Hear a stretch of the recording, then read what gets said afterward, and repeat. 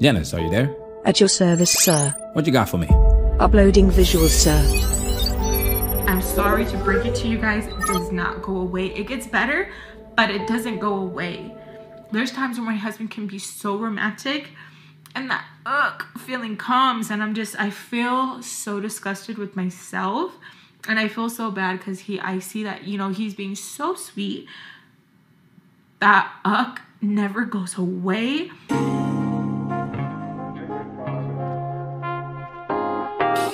Woman tearfully explains why broken women can never be fixed. Pure gold. Welcome to Management Highlights Daily. The message of this channel is to protect yourselves at all times. And in order to protect yourselves, you need to know what or who you need to protect yourself from. This channel is made for educational purposes. It's not to hate on women or bash them. We do not hate women. Matter of fact, we want to give props to the woman in this video for sharing her story so we can learn from it. This is pure gold. She has all kinds of stories on her channel, and we will put a link to the story in the description because we're only highlighting a specific part of her story. Yesterday, we highlighted the movie Tully, and this clip stood out. Just don't make it personal. Why don't you just tell her you want to change the scenery? Why? Why do I have to lie to her? Why can't I just be honest and say that we're better off without each other? Because you'll hurt her. And if you hurt her, you'll regret it. Girls don't heal. Girls heal. No, we don't. We might look like we're all better, but if you look close, we're covered in concealer. Fuck. We highlight movies because they are based on true stories, and we wanted to give you a real life story similar to the clip from Tully. Now, before we get into this, we have to let her speak for about 3 minutes so you can have a better understanding of what she's talking about, because it's a story about her sleeping with someone's husband. Now it's time for us to get into this and do what we gotta do because we manage, we shit. After I told Baltimore what she needed to hear like yesterday, Ray checked my ass, boom, I slide to the dash, and she thought I was being dramatic, but no, she was like, she was trying to do like a little, you know what the motorcycle people do when they're like trying to like flip one wheel. It felt like that. I was like, damn.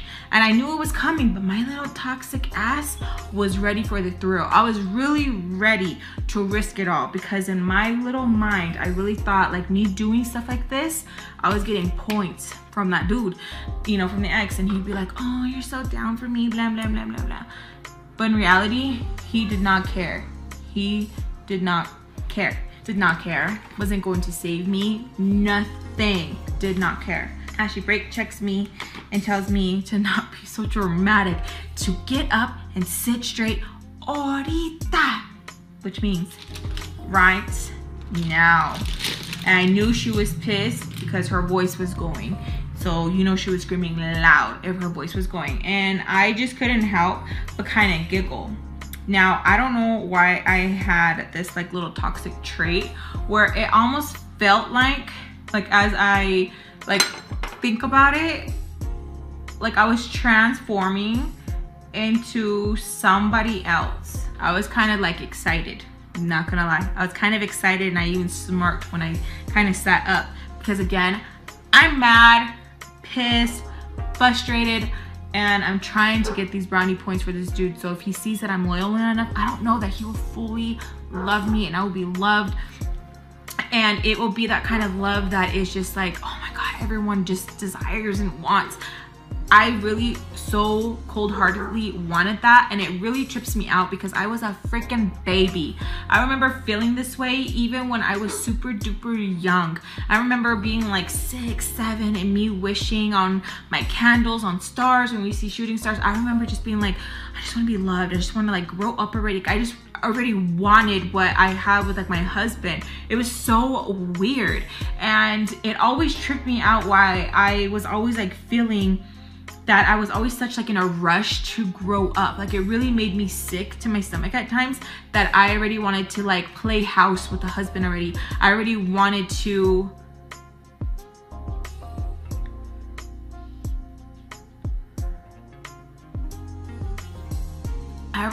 grow up because I felt nasty with like what had happened to me. So I was thinking, and like I came to realization, and my therapist, and even as I'm talking to you guys, I realize so much, where it's like at times my therapist tells me things and like it doesn't click, and then as I talk out loud it clicks.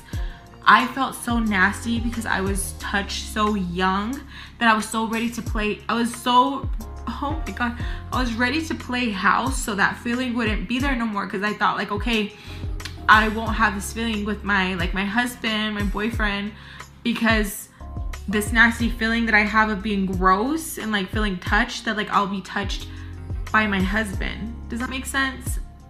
This absolutely makes sense. It's called a coping mechanism. There are all kinds of different ways people use to cope with difficult and or traumatic moments in their lives. Some ways are better for coping than other ways. And in this case, she's using an avoidance coping strategy.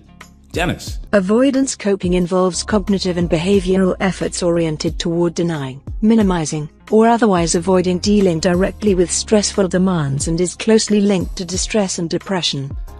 So she actually uses another feeling as a substitute for the nasty feeling she has because of her traumatic experience. And that does not solve the problem. Matter of fact, it causes more problems. Let's take it a step further. And I was just like, I just wanted her. I just wanted it. And I feel like that's why I put up with so much with my ex too, because I just wanted to play house already. I was so ready to play house. I just wanted to because I really thought that feeling was gonna go away. And you guys, it doesn't. I'm sorry to break it to you guys, it does not go away. It gets better, but it doesn't go away. There's times when my husband can be so romantic and that feeling comes, and I feel so disgusted with myself. And I feel so bad because I see that, you know, he's being so sweet. That never goes away. And it really pisses me off that like us who have been touched go through this, and those people who have hurt us don't get to have that feeling, that they don't understand, that they don't just traumatize us, you know, those times. It's for life that we have this. It gets better. I promise it does get better. But it doesn't completely go away. And it freaking sucks. Like, it sucks. I wish there is something that I can do. I feel like as I'm talking to you guys more, it does help. But I would be lying if I say like it has completely gone away. It doesn't. Like, the craziest, smallest things will trigger that feeling. And I'm like, I thought we were getting better. It's just crazy. We just find different ways to heal and to kind of like get over it, you know what I'm saying? But it's just like, this is where I'm talking directly to you guys, because we men, ain't we? This is not your problem. This is not your responsibility. What happened to her is terrible. I do not wish this upon anyone, but it's not our job to fix these women. It's not our job to make women happy. Did you hear what she just said?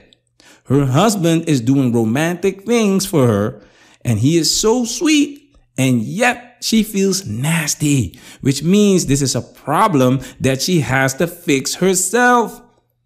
I'm not saying a man can't support her, but do not come here broken.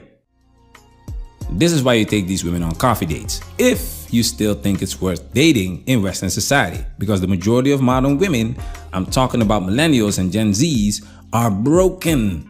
The loneliest generations, the most single generations, the generations of women with body counts higher than the predator himself. Every time these women sleep with a man, his DNA remains in her system. Why do you think these women need therapy 24/7 for life? It does not go away. Fellas, you need to know who you are dealing with. And I'm telling you, women will always tell on themselves. Just let them talk long enough. Just ask them the right questions. Protect yourselves, fellas. A lot of women have no business trying to get into a relationship. Just because you have a degree, a job, and wear expensive clothes does not make you valuable. You can't make this stuff up. We have videos that expose this foolishness. These women are presenting themselves as the prize while they bring nothing but dysfunction and chaos to the table. and have the audacity to blame men for their issues. The foolishness. Let's take it a step further. I hated when I would get into this mindset of like, I don't care about consequences, da da da da, you know, like those Mari babies where they're like getting all crazy and the moms are like, I just don't know what to do. I would get like that, you know, where I would get so hot. At times I thought, you know, little Lex was a little bipolar baby because if I was pushed enough, I would just turn into Jade and like, let's do it, you know, and how much I would fight and stuff. Like, that's not normal to be fighting that damn much, to like that, you know. It was not okay. But I was hurting, you guys. I was really hurting, and I just really wanted something, and that was the toxicity that I wanted. Women know exactly what's going on. This is exactly why women love the quote-unquote bad boys, because the bad boy takes away the pressure of being a good woman, being something that she is not. And in this case, she doesn't feel like a good woman, and this feeling remains. It does not go away. There's a reason why people say you can't make a hoe a housewife. There's a reason why people say once a cheater, always a cheater. One of the most difficult things to change is your personality. That's why you have to watch out for these chameleons, wolves in sheep's clothing. It's like Mike Tyson said, everyone has a game plan until punched in the face. These women are so used to toxicity, dysfunction, chaos, and instant gratification that when there is peace, their system rejects what's actually good for them. This is why women project their own insecurities and thoughts onto us men. Because they know that women are responsible for the hookup culture. They know that women bench these good men. They know women are addicted to that instant gratification and have to go cold turkey when they hit the wall. Don't feel sorry for them, guys.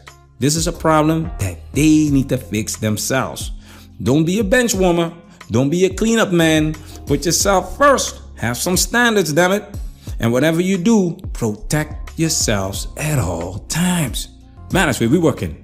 This video has officially been highlighted.